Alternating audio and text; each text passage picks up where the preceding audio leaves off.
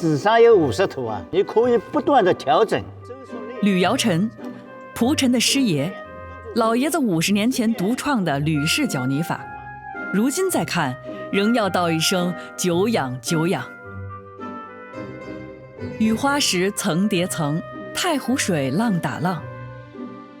1979年，师爷的壶入藏故宫博物院，反向实现了民谚“故宫一件，我一件”。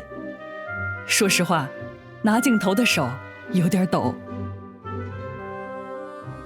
搅泥就是把不同颜色的泥料叠放、捶打、揉合，最后呈现纹路的技术。说起来不难，做起来并不容易。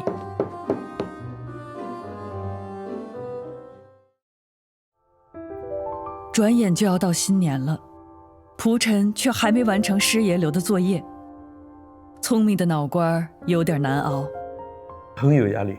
就是木纹的变化没有概念，想象不出怎么做。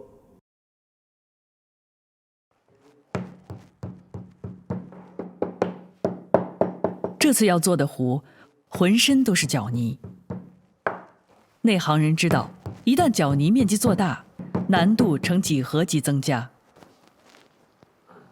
搅泥不等人，室温环境下，泥料会迅速失水变干，原本就貌合神离的泥料会迅速分裂，留下难以饶恕的裂隙，所以搅泥只能快速一次成型。